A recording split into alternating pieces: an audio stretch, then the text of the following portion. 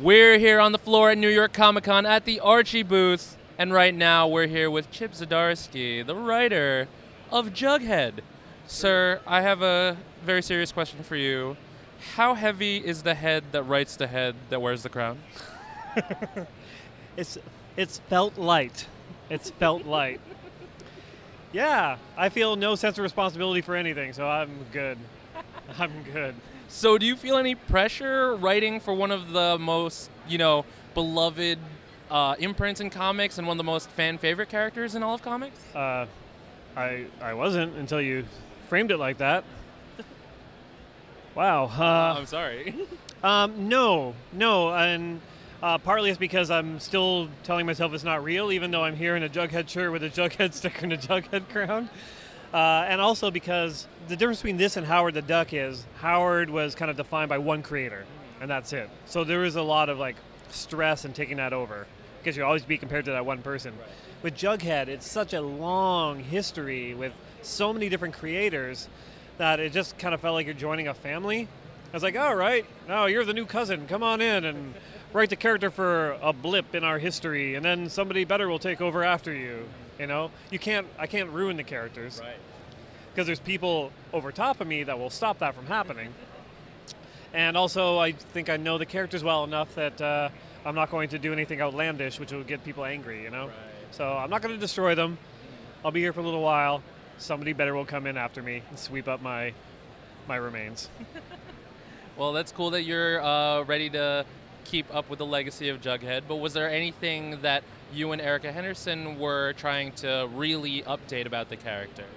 No, I mean, the heavy lifting was done by Mark and Fiona through the regular Archie series. They paved the way to give him a backstory. I'm like, great, all right, I don't have to handle that, it's perfect.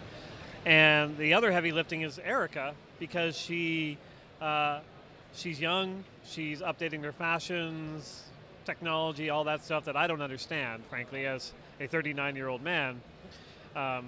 Because if I was drawing it, all the teens would just have mullets and trench coats, because I graduated in 1994.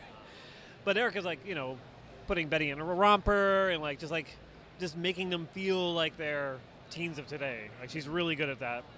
And so, yeah, everyone else is kind of doing my work for me, and I'm just taking all the credit. Awesome. Yeah. Well, I thought it was really interesting that they paired you with Erica because I kind of consider you two very similar in that you both are excellent at background gags. So is Jughead going to be the ultimate background gag book? Oh, interesting.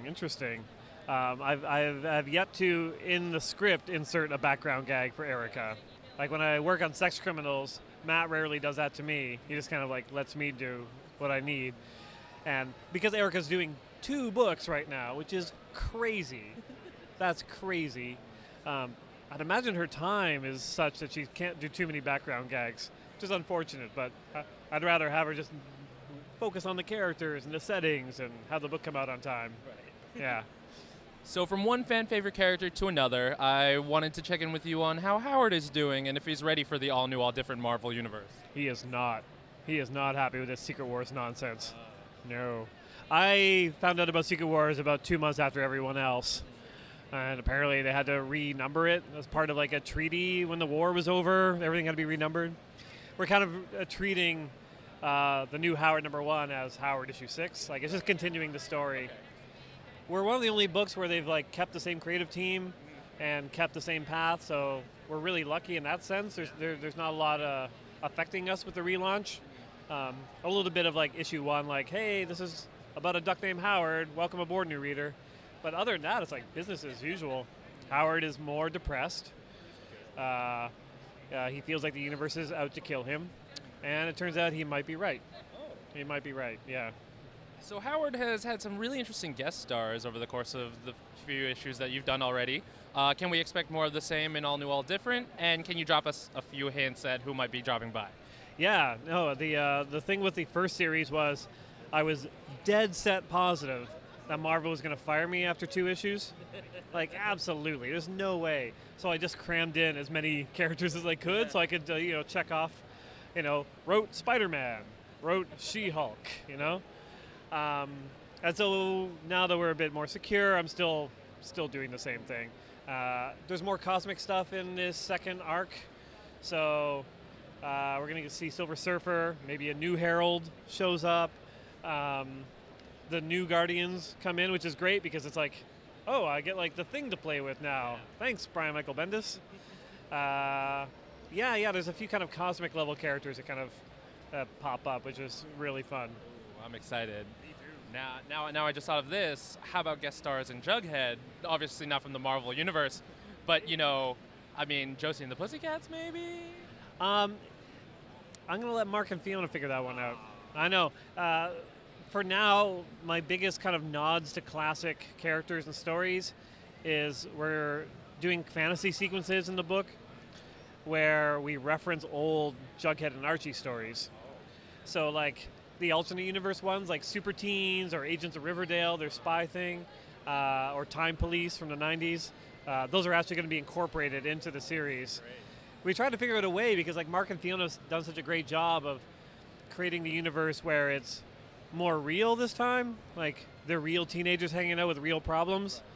And so the fantasy stuff doesn't mix well with that. So we made it so it's Jughead's daydreams and fantasies, so we can incorporate those old stories. Because I miss those. I love those. Yeah, they're great. Yeah. So do you think that fans of one of your most popular books, Sex Criminals, will migrate over to Jughead? Yeah, not the other way. That's the one thing I learned when I started doing Howard is Sex Criminals fans will be like, yeah, I'll check that out. That guy works on Sex Criminals, I'll check out Howard. But Howard fans very rarely make the jump to Sex Criminals. Which is fine, which is totally fine. I get it. So are you and Matt Fraction ever surprised at how much fans have embraced Sex Criminals? Early on, after we finished issue 1, it hadn't come out yet, but we were working ahead. And I was working on issue 3, and I had a phone call with Matt, and he's like, just so you know, this will probably be our last issue, because sales probably aren't going to be too hot on this, because we're doing a comic that features no superheroes, and it's about sex. Yeah. So just be prepared. I'm like, yeah, no, I get it. So our plan was to do 3-4 issues, beg Image to take a loss on issue 5, and then we'd have enough to make a trade, and then we could put it on our shelves. We could just say, Matt and I work together as good friends. So that is the level of where we thought it was going to be, and the level where it's ended up is just like staggering. I can't put it into words. There's no words. I'm going to there's a Sex Criminals fan meetup tonight that minimum is going to have 200 people there. Like, it's going to be crazy. What a world. Now, Kelly Sue and Matt are working on the TV side of things, and they did announce... What? Apparently. I think that's happening. Oh, my God. They're doing big things over there. I don't know. Yeah. And I think Sex Criminals is on the line of development. Yeah. How involved are you in the process of bringing that to life? Matt won't answer my emails. I don't understand. No, I'm not involved in a technical official capacity because I don't really want to be involved. I just pictured the time drain of something like that, and like putting out a monthly book and then writing 3 monthly books is like just a crazy amount of work. So yeah, I'm on board. Like when Matt finishes writing the pilot, I'll give my 2 cents on it. If I can help with jokes and stuff, great. But it's kind of ideal. Like I'll get the paycheck when it happens, and also if it comes out and it's great, I get to take credit for it. Like, oh yeah, no, it's based on my comic. Yeah, I knew it would be great. If it tanks, I'll be like, yeah, I had nothing to do with it. It's all Matt and Kelly Sue. It sounds like the Clerks sitcom that absolutely and utterly failed. That Kevin Smith was just like, nope, that wasn't me. Yeah, but if it turned out really well, you'd be like, yeah, I'm pretty proud. Yeah. So finally, everyone's really excited about all the books you have going on, Howard, Jughead, everybody.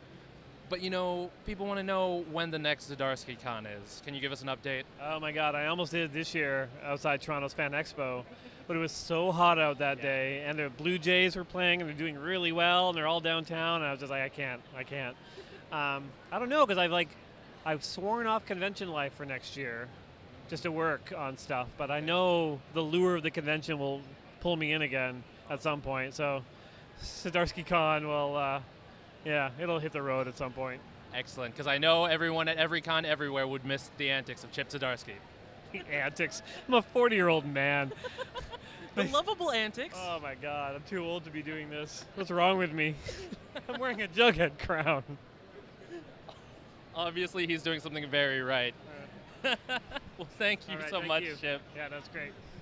Cool.